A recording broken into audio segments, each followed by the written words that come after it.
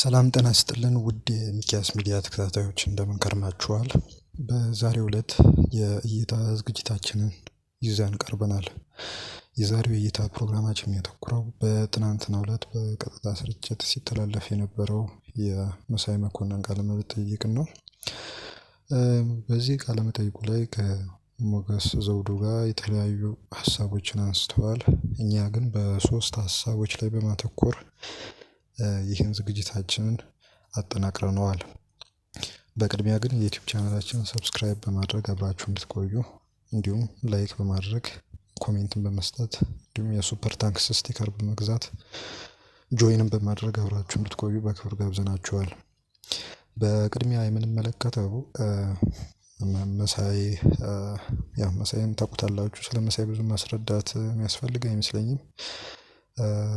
ከበርካታ ዓመታት በፊት ኢትዮጵያ ሬዲዮ ላይ የፍቅር ደብዳቤ ሲጽፍ ከዛ ደግሞ በደቡብ ኤፍኤም አሁን 14ኛ ነው 15ኛ ዓመቱን 16ኛ ዓመቱን አይ ቲንክ ካልተሳሳትኩኝ ባከበረው ደቡብ ኤፍኤም ላይ ጋዜጠኛውን በመስራቱ እና በጀርመን ድምጽ ሬዲዮ ላይ ለተወሰኑ ጊዜያት በመስራቱ ታውቁታላችሁ። ከዛ በበለጠ ግን እኛ በርካቶቻችን የምናውቀው ያው የኢትዮጵያ ሳተላይት ቴሌቪዥን እና ሬዲዮ ላይ ወይም ኢሳት ላይ በመስራት ነው። እና ያው 2010 ላይ ጠቅላይ ሚኒስትሩ ወደ ስልጣን ከመጡ በኋላ ያን የነበረውን የተቃዋሚነት ጃኬቱን ቀይሮ ወደ ደጋፊነት ጃኬቱ እንደመጣ ሁላችሁም ታውቁት ነው። ያኔም ሁኔታውን ስንከታተል የነበርን ሰዎች ያው በደንብ የምናውቀው ጉዳይ ነው። ስለዚህ አሁን ወደዚህ ቃለ መጠይቅ እንምጣና ይህ ቃለ መጠይቅ ላይ በርካታ ጉዳዮችን አንስተዋል ከሞገስ ጋር። በነገራችን ላይ ጥሩ ቃለ መጠይቅ ነው። ምክንያቱም መሳይ በእውነተኛ ቀለሙ የመጣበት ከዚህ በፊት እውነተኛ ቀለሙን አላሳይም ማለት አንችልም። እውነተኛ ቀለም ማለት የፖለቲካ አቋሙ ማለት ነው። አሁን ግን በደንብ በግላጭ በእውነተኛ የፖለቲካ አቋሙ የመጣበት ቃለ መጠይቅ ነው። ለዚህም ሞገስን በጣም እናመሰግነዋለን። በመጀመሪያ የምንመለከተው ጉዳይ የኢሳትና የግንቦት ሰባትን ጉዳይ መሳይ እንዴት ገለጸው የሚለውን ነው። በቅድሚያ ደረጃ መሳይ ለማስተባበል የሞከረው ግንቦት ሰባት ኢሳት እንዳልመሰረተ በመግለጽ ነው። ይህ ትልቅ ስህተት ነው። አሁን ላይ የአባይ ቴሌቪዥን ስራ አስፈጻሚ ሆነው የሚገኙት አቶ ግሩም ይልማ ኢሳትን በማቋቋም ከአቶ አንዳርጋቸው ጽጌ ጋር ለንደን ሆነው ሲሰሩ እንደነበር አንዳርጋቸው ጽጌ የታፋኝ ማስታወሻ በተሰኘው መጽሐፋቸው ላይ ጽፈውታል። በዛ መጽሐፋቸው ላይ ሰፊ የምስረታ ሂደቱን ያው ግንቦት ሰባት ራሱ ገንዘብ አውጥቶ እንዳቋቋመው ይገልጹታል። እና እንግዲህ በሌላም አጋጣሚም ይህን ነገር አቶ አንዳርጋቸው ደጋግሞ ሲናገሩ ስለነበር የመሳይ ማስተባበያ ውሃ የማይቋጥር ሆኖ እናገኘዋለን። ሲጀመር መሳይ ሊያስተባብል የሄደበት መንገድ ምንድነው? ቴሌቪዥን ወይም ሬዲዮ ጣቢያው የግንቦት ሰባትን የፕሮፓጋንዳ ስራ ሲሰራ አልነበረም። እንዲሁም በርካታ ሽፋን ሲሰጥ የነበረው አዲስ አበባ ለነበሩ ተቃዋሚ ፓርቲዎች ማለትም ለአንድነት እና ለሰማያዊ ፓርቲ ነው። ለግንቦት ሰባት 1% ያክል የሚሆን ከቨሬጅ አልሰጠንም ነው ሲል የነበረው። ይህ በጣም ትልቁ የአመክንዮሽ መዛነፍ ያለበት አነጋገር ነው። ሁላችንም ያኔ ፖለቲካሊ አክቲቭ ሆነን ስንከታተል የነበርን ሰዎች ኢሳትም ጥንቅቅ አድርገን እንከታተለው ነበር። አንደኛ ነገር እነ መሳይ አስመራ ከመሄዳቸውም በፊት ግንቦት ሰባት ውስጥ ስለነበሩ እንቅስቃሴዎች ህዝባዊ ኃይል የሚባለው ሲቋቋም እንዴት አይነት እንቅስቃሴ ሲያደርግ እንደነበር ከዛም በኋላ ደግሞ አንዳርጋቸውን ጽጌ ሊገድል መጣ የተባለ አንድ ሙሉ ቀን የተባለ ሰውዬ ተያዘ ተብሎ መሳይ ሁሉ የሰራው ዶክመንተሪ ነበር። እና በጣም የህዝብን ጆሮ በሚይዝ መልኩ ኃይለኛ ፕሮፓጋንዳ ሲሰራ እንደነበር እናስታውሳለን። ሌላው ቢቀር ኢሳት አስመራ ስቱዲዮ ነበረው። አንድ የመከላከያ ምናምን የሚል ዝግጅት እዛ ነበር የሚቀረጽ የነበረው። ስለዚህ ኢሳት እና ግንቦት ሰባት ጋብቻ አልመሰረቱም ብሎ ማስተባበሉ አሁን ላይ እንደው ከንቱ ልፋት የሚሆንበት ለሱ። በሁለተኛ ደረጃ ኢሳት ውስጥ በማኔጅመንት ከፍ ሲልም በዋና ኃላፊነት ቦታ የነበሩ ሰዎች የግንቦት ሰባት ሰዎች ነበሩ። ስም ብንጠቅስ አቶ ነአምን ዘለቀ ግንቦት ሰባት ውስጥ በኋላ አርበኞች ግንቦት ሰባት ውስጥ የነበሩ ሰው ናቸው። እነ ዶክተር አዚዝ መሐመድ፣ እነ አቶ ገድሉ፣ እነዚህ ሁሉ ግንቦት ሰባት ውስጥ የነበሩ ሰዎች ናቸው እና ኢሳት የግንቦት ሰባት አይደለም በውጭ ሀገር በሚኖረው ነዋሪ የገንዘብ ድጋፍ የቆየ ነው ምናምን የሚለው ፕሮፌሰር ብርሃኑም ራሳቸው እንትን ያሉት ነው ያስተባበሉት ጉዳይ ነው።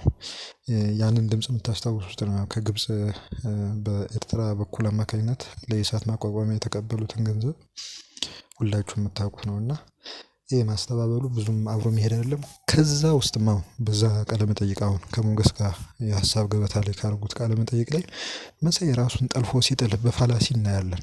መጀመሪያ ግንቦት ሰባት አይደለም ሲል የነበረው መሳይ በኋላ ላይ ኢሳት የግንቦት ሰባት ሰዎች አንጠልጥለው መንግስት ላይ ጣሉት ወይም ለመንግስት አስረከቡ ሲል እናገኘዋለን።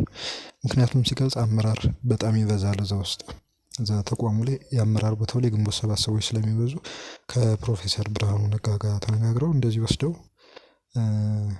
ለኢትዮጵያ መንግስት ለጠቅላይ ሚኒስትሩ መንግስት አስረከቡት ሲል እናዳምጣለን። አሁን ቅድም ከጠቀስነው ከመሳይ አርጊመንት ጋር እጅግ በጣም የሚፋለስ አነጋገር ነው። ይሄ ኦልሞስት በ10 ወይ በ12 ደቂቃዎች ውስጥ ልዩነት የምንመለከተው የመሳይ እውነተኛ ቀለም ነው ማለት ነው። ራሱ ከራሱ ጋር ሲጣረስ ማለት ነው። ይሄ በጣም ለአንድ ጋዜጠኛ የኢንቴግሪቲ ጥያቄ የሚያስነሳ ጉዳይ ነው። ያው በፊትም የመሳይና የሌሎቹም ባልደረቦቹ የኢንቴግሪቲ ጥያቄ ምንድነው? የኢንቴግሪቲ ወይም ደግሞ የመርህ ሰውነት የፕሮፌሽናሊዝም አቅም ማለት ምንድነው? የሚዛናዊነት ምናምን ይሄ የጽሁፍ ወይ ደግሞ ሌላ አቅም አይደለም፣ ወይም የአንደበተ ርቱዕነት አቅም አይደለም እና ጥያቄ ምልክት ውስጥ ምን ያህል ገብቶ መታየት እንደሚገባው ነው ይሄ የሚያሳየው እና በአጠቃላይ የመሳይ ኢሳት የግንቦት ሰባት አይደለም የሚለው ማስተባበል የሚያስኬድም አይደለም።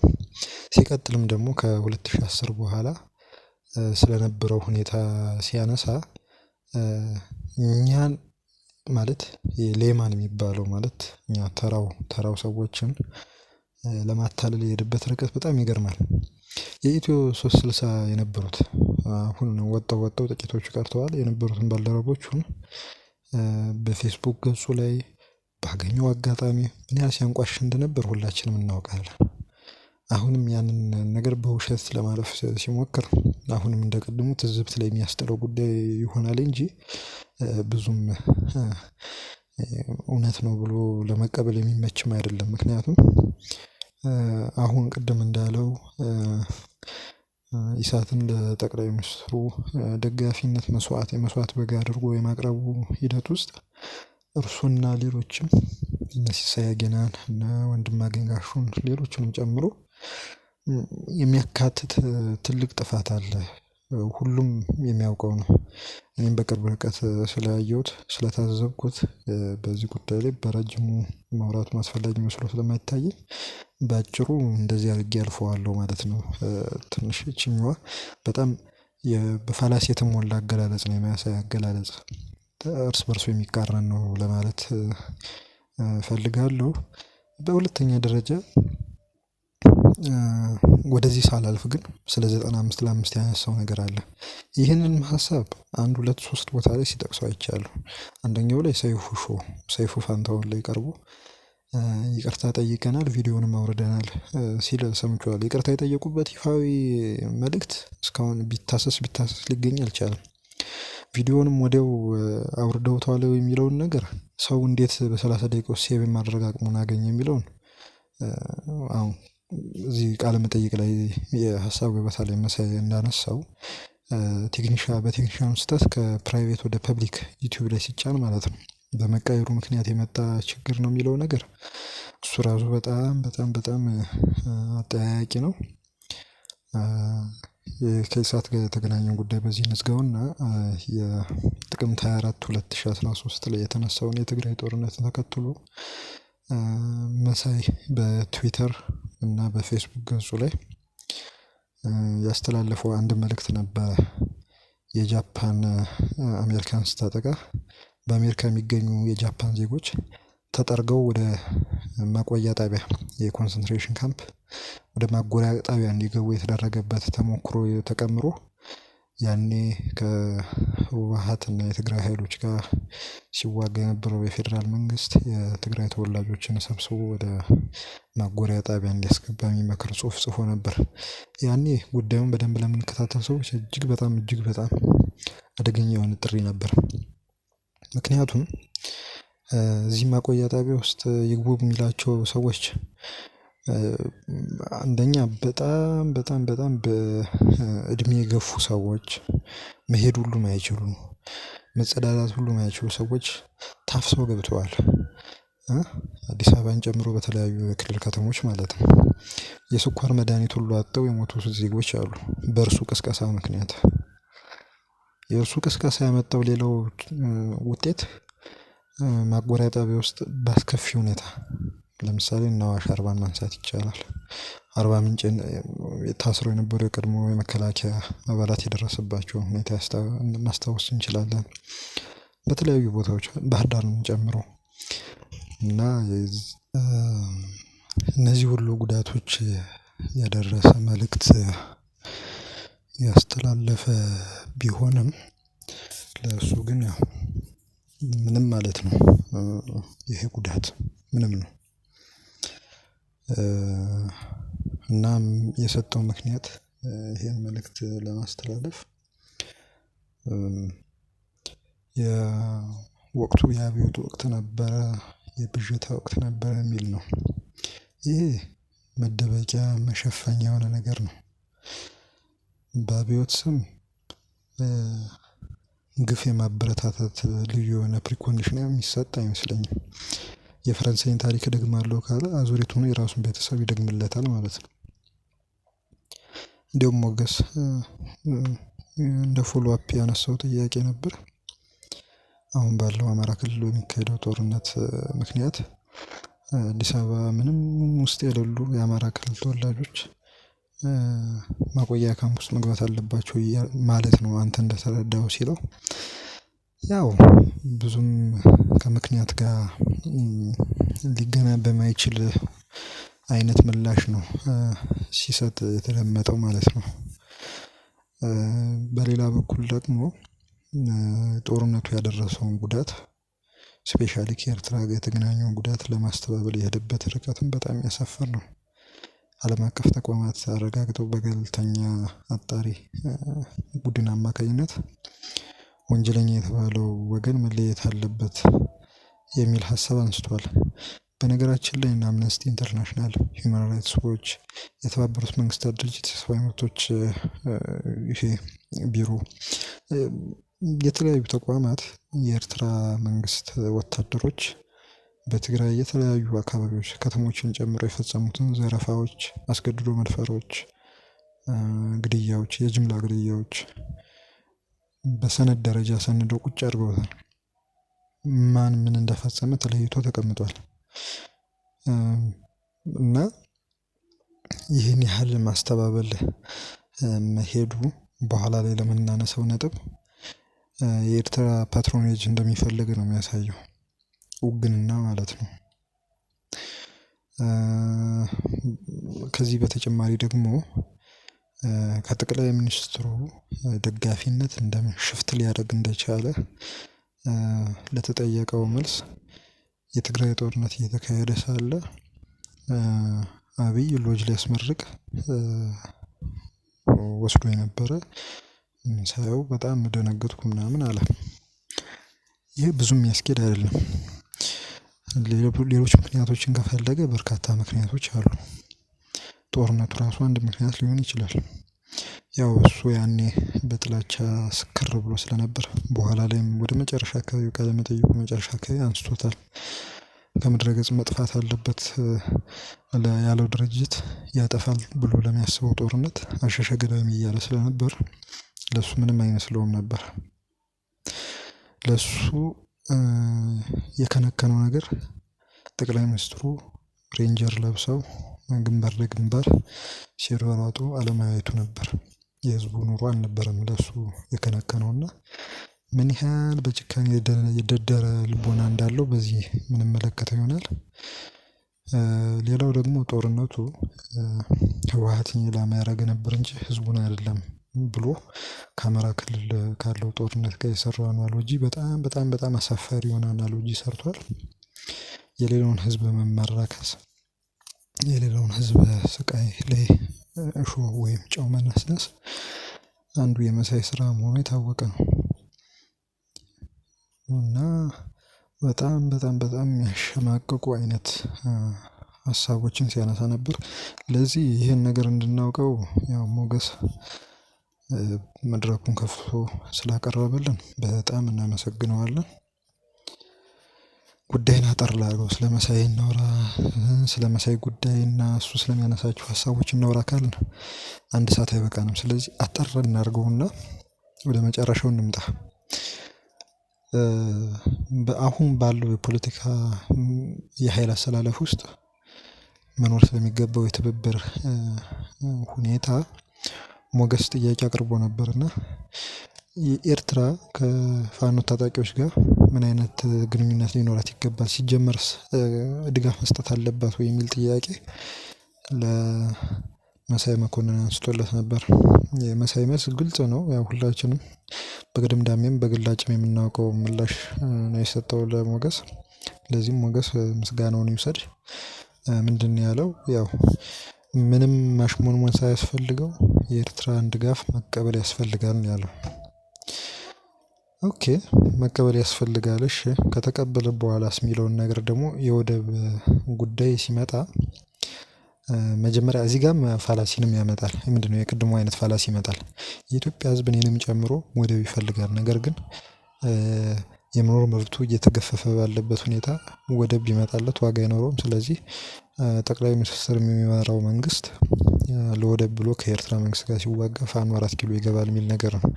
ይህ በጣም በጣም በጣም በጣም ዊክ የሆነ አርጊመንትና አናሎጂ ነው። ሲጀምር ያው መሳይ እዚህ ላይ የኤርትራ መንግስት ለሱ የመልአክ ያህል የጻድቃን ስብስብ እንደሆነ አድርጎ እንደሚያስብ የሚያሳይ ነው። ሁለተኛ ነገር የኤርትራ መንግስት ከፋኖ ታጣቂዎች ጋር ይኖረዋል ብሎ የሚያስበውን ነገር ወይም የሚያስበውን ግንኙነት በፖለቲካል ተርም ስትራቴጂካሊ ነው ወይስ ታክቲካሊ ነው የሚለውን አንጥሮ ማስቀመጥ አልቻለም። በደፈናው የሚለው የኤርትራ ህዝብና የኢትዮጵያ ህዝብ ተሳስሯል በደምም በታሪክም። ስለዚህ ከኤርትራ የሚመጣው ድጋፍ ከግብጽ የተለየ ነው የሚል ነገር ነው የመጣው። ይሄ በአንድ ሀገር የፖለቲካ እንቅስቃሴ ውስጥ ወይም ሁኔታ ላይ የሶስተኛ ወገንን እጅ እንዲገባ የመመኘት ሁኔታ የሚያሳይ ነው። ባለ ሰው ስለ ወደብ ጥያቄ ምኑም ነው። እኔ አሁን ላይ ጥያቄው መነሳቱ ተገቢ አይደለም። የባህር በር እንዲኖረን ያስፈልጋል፣ በትክክል ያስፈልጋል። በምን ጉዳይ ነው? እሱን መነጋገር ነው። ቢነሳ አሁን እንዳልከው ጥሩ ጥሩ ነጥብ ነው ያመጣው። የህልውና ጉዳይ የመኖር የሀገር ባለቤትነት ነው ወይስ የትኛው ነው የሚቀድመው? የባህር በር ጉዳይ በተለይ በአብይ የሚመጣው አጀንዳ ለቅንጦት ነው፣ ቀጥሎ የሚመጣው ነው ብለህ አስቀምጣል። ጦርነት ተነሳ እንበል በሆነ ጉዳይ እኔም አንተም ሳንፈልግ እንበል። አሁን ከዚህ እንውጣና ቅድም እንዳልከው በውጤት ደረጃ ጦርነት ተነሳ። ጦርነት ከተነሳ ያው እንግዲህ አሁን እዚህ ጋር ነው የሚመጣው የሁለት ጌታ ጉዳይ አይደለ ማደር፣ ወይ የሎያሊቲ ጉዳይ እዚህ ጋር ነው የሚመጣው። ያኔ ጦርነቱ ቢነሳ እንደ መሳይ ወይም መሳይን የሚከተሉ ሰዎች ምን ቢያረጉ ነው አንተ የምትመክረው? ከኋላ ኢትዮጵያ መንግስት ሊወጉ ቢነሳ ከኛ ቁጥጥር ውጭ ቢነሳ ነው ያልኩት። ቢነሳ ይኸውልህ እንገርህ ቁጥጥር ቢቻል እንደው መቼም ጦርነት ሰው አይመኝም። እንዲህ በሚዲያ ላይ ጦርነት ይነሳ ብላል። ግን ይሄ አብይ የሚባለው ስርዓት እንዲገረሰስ ይሄ ጦርነት ቢከፈት ሁሉ ብለን እንመኛለን። አሰላለፋችሁ ምንድን ነው? ምንም ጥርጣሬ አያስፈልገውም። ይሄ እዛ እሱ ጦርነቱን ሲከፍት ፋኖ 4 ኪሎ እንዲገባና የምናደርገው ፋኖ 4 ኪሎ ይገባል። ይህን ስርዓት መጣል ለምንም ለድርድር የሚቀብር አይደለም። ከኤርትራ ጋር ጦርነት ቢከፈት ከማን ጋር ነው የምትሆኑት? ከኤርትራ ጋር ሆነን አይደለም። ፋኖ የራሱን ኃይል ይዞ ሄዶ አጋጣሚውን ተጠቅሞ አዲስ አበባ መግባት ነው። ምንም ይሄ አሻሚ እኮ አይደለም፣ ግልጽ ነው። ዋናው ይህን የሚያሳየው ደግሞ በየትኛው ንግግሩ ላይ ነው? የመሳይ ንግግር ላይ ነው ካል ይሄ ጦርነት ይሄ የኢትዮ ኤርትራ ጦርነት ዳግም እንዲነሳ ብለን የምንመኝ ሰዎች አለን ማለቱ ነው። ይሄ አለን ሲል እውነትም አሉ በብዛት እንመለከታለን። ነገር ግን ፖለቲካል ኢምፕሊኬሽኑ ምን ይሆናል ወደፊት የሚለውን ነገር አርቆ ያላየ አይነት አስተያየት ነው የሰጠው። ሁለተኛ ነገር ደግሞ ከኤርትራ መንግስት ጋር ያለውን ቀረቤታ የሚያሳይ ነው። ያው ሚዲያው ላይ የሚያቀርባቸው ዮሐንስ ክፍሌን ያቀርባቸው ነበር። ያው አቶ ዮሐንስ ክፍሌ ማን እንደሆኑ የምታውቋቸው ናቸው። እነ ዳዊት ቀንዲልን ሌሎችንም ሲያቀርብ ነበርና የኤርትራ ተቃዋሚዎች ሳይሆን የኤርትራ መንግስት ደጋፊዎችን ፐርስፔክቲቭ ነበር በራሱ ሚዲያም ኢሳትም እያለም። በነገራችሁ ላይ ኢሳት በነበሩበት ወቅት መሳይም ሲሳይም ከኤርትራ ትልልቅ ባለስልጣናት ወይም ደግሞ ከኤርትራ የዲፕሎማሲ አባላት ማብራሪያ ይሰጣቸው እንደነበረ ራሳቸው የኤርትራ መንግስት ደጋፊዎች ሲናገሩ ተደምጧልና አሁንም ያን አይነት ግንኙነት ነው የቀጠለው መቀጠል የሚፈልገው እንዲፈጠር የሚፈልገው ማለት ነው። ስለዚህ እነዚህም ሶስት ጉዳዮች ጭምቅ እናድርጋቸው እንዳልኳችሁ ያው የእሱ ጉዳይ ማብቂያ የለውም። መሳይ አንደኛ የኢሳትና የግንቦት ሰባት የኢሳት አባት መሆኑን ለማስካድ ላቡ ሲንጠፈጠፍ ብዙ ጥረት ቢያደርግም ያን ያህል ኮንቪንስ ወይም ደግሞ አሳማኝ አይነት አርጊመንት ወይም ደግሞ ሙግት አላመጣም። በዚህም በባዶ ተሸንፎ ወጥቷል። ሁለተኛው ነገር ደግሞ የትግራይ ጦርነት ላይ የደረሱትን ጉዳቶች እንደ ተራ ነገር ነው ያለፋቸው። ከዛም በላይ ደግሞ የጦርነቱን ኮዝ ወይም ደግሞ መነሻ በግማሽ ጎምዶ የጣለ አይነት ንግግር ነው ያደረገው። በዚህም ምክንያት ምንም አይነት የመጸጸት ወይም ደግሞ ሪግሬት የማድረግ ምልክት ያኔ በነበረው ቅድም በጠቀስኩት መልእክትና ከዛም በፊት በፈጸመው ጉዳይ ሪግሬት የማድረግ ነገር አላሳየም። ይህም ምን ያህል ልቡ ከአሸዋ የተሰራ ድንጋይ መሆኑን የሚያሳይ ነው። ማለት ሰብአዊነት የሚባል ነገር አለ። ሰብአዊነትና ፖለቲካን ደግሞ መለየትም አንድ ነገር ነበር። ግን ያው መሳይ ለዚህ አልታደለም። ሶስተኛ ደረጃ ደግሞ ያው መሳይ አሁንም የኤርትራ ወዶ ገባ እንደሆነ የሚያሳይ አባባል በተደጋጋሚ ሲጠቅስ ነበር።